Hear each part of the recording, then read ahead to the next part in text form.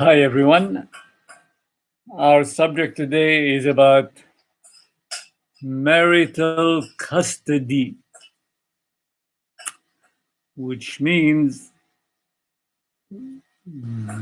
who's in charge in the life of couple.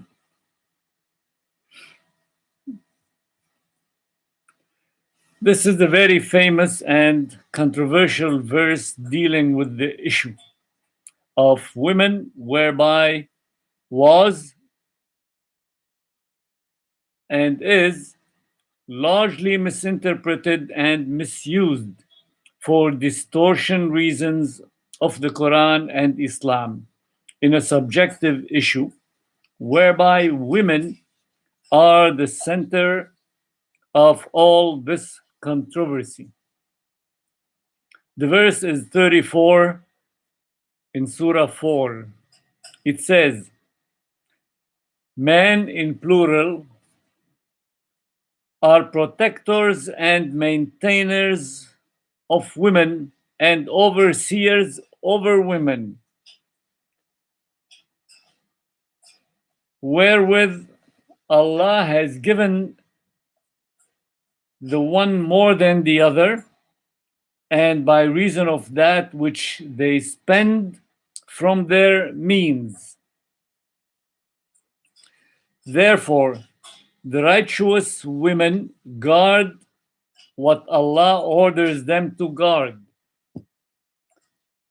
As to those women on whose part you see ill conduct, admonish them, refuse to share their beds, leave them and turn your back on them. In Arabic, this last term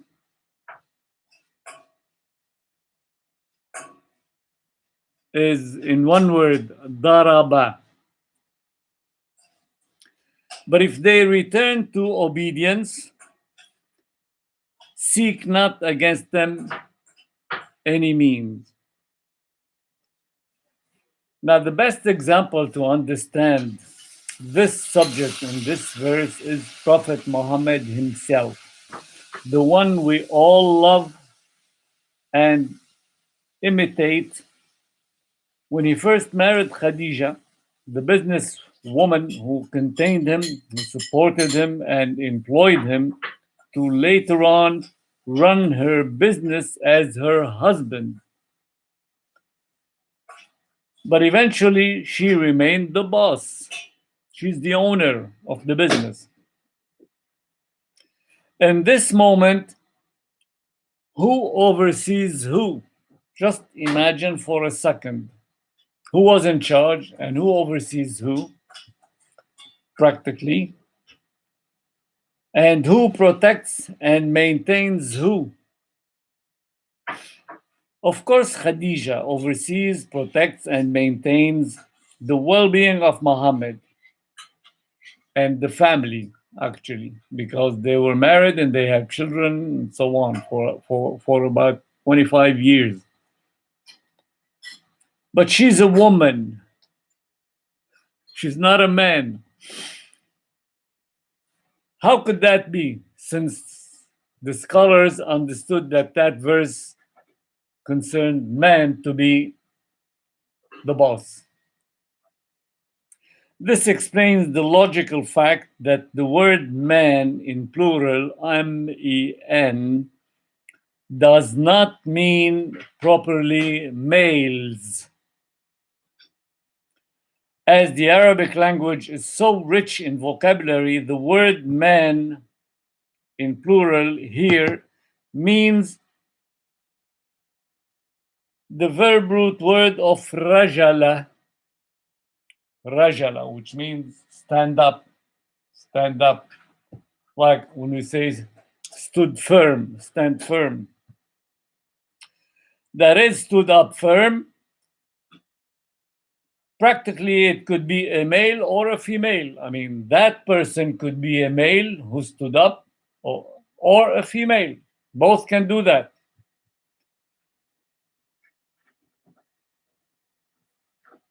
In our example, surely, Khadija is a female. So Rijal, which means literally man in plural, is a plural noun in Arabic grammar, applies to male and female. This is it. In Arabic, male and female have the same plural. And here, Rijal can be male or female. As we gave the example of Khadija, Khadija, she is the caretaker in this example. This, to be aware of, we have to be aware of this. In reading the verse, we have to understand it exactly as it means and not the way we like it to be. Otherwise, the verse interpretation remains biased.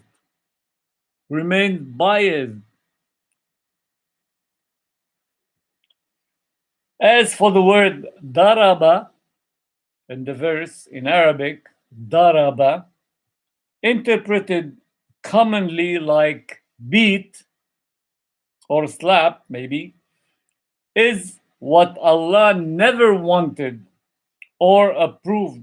Otherwise, where is the consideration of the woman in this society? Allah gave the woman an equal rank and equal right and so on with the man, and equal duties. So where would that equality be if the verse is understood, in the traditional way? Besides, daraba literally, the verb daraba literally can have another meaning. That the Arabic vocabulary is so rich, one word can have multiple meanings. It can mean neglect, let alone, and turn back on someone. Daraba means neglect, leave him or her alone, or simply turn your back on that person. In this case, is a woman. Many verses in the Quran whereby the word daraba never meant beat or slap or whip or lash, whatever.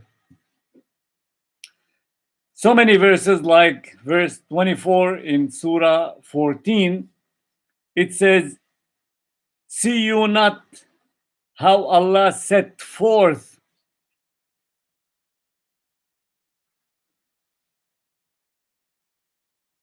propounded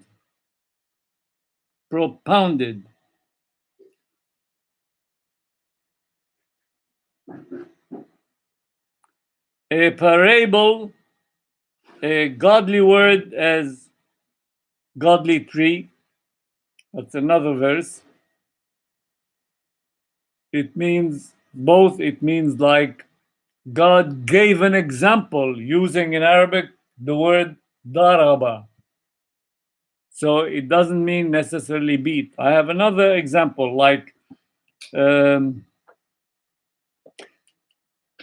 they were covered with humiliation and misery. This is another verse, number 61 in Surah 2, which means the word daraba in Arabic, supposedly beat for the scholars, it means in this verse covered. And they were covered, even translated, covered with humiliation and misery. In Arabic, ضُرِبَ عَلَيْهِمْ بِالذُّلِّ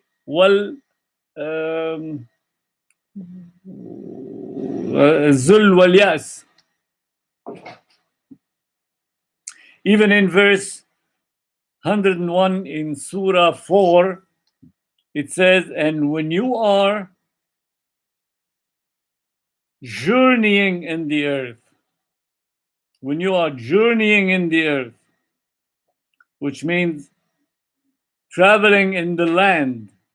So journeying and traveling here are two interpretation or two translation for the word daraba in Arabic. وَإِذَا ضَرَبْتُمْ فِي الْأَرْضِ.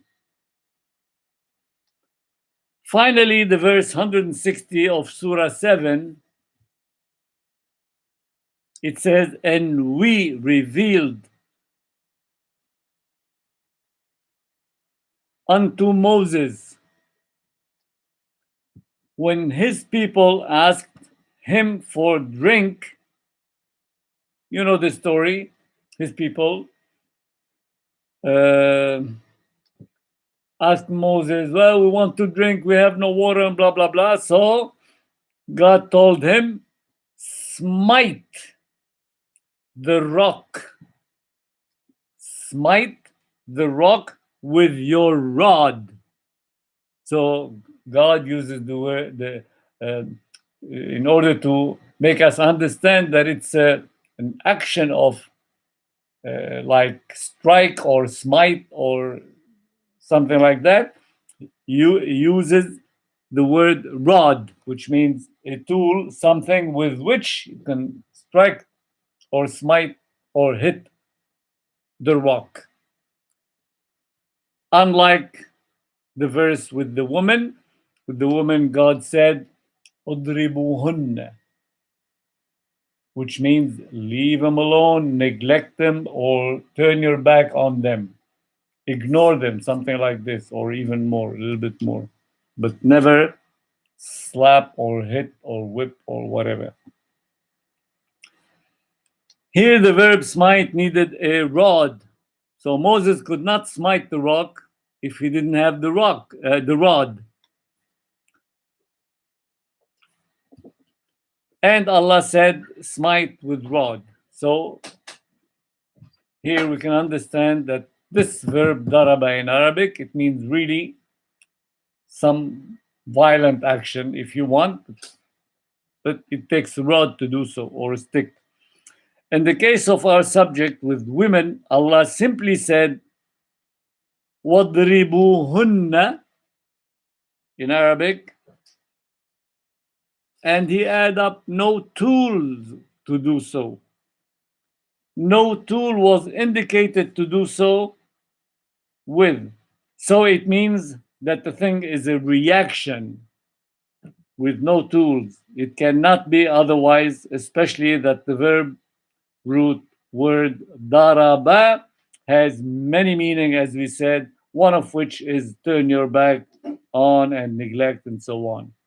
I hope this is as clear and understood as it should, because God Allah is merciful, not violent, is compassionate, with no such anger, and would never mean to mistreat or harm a woman or a man, unless be it in defense, self-defense that is, although violence against women is a human action or reaction, have nothing to do with religion, especially not with Islam. Thank you.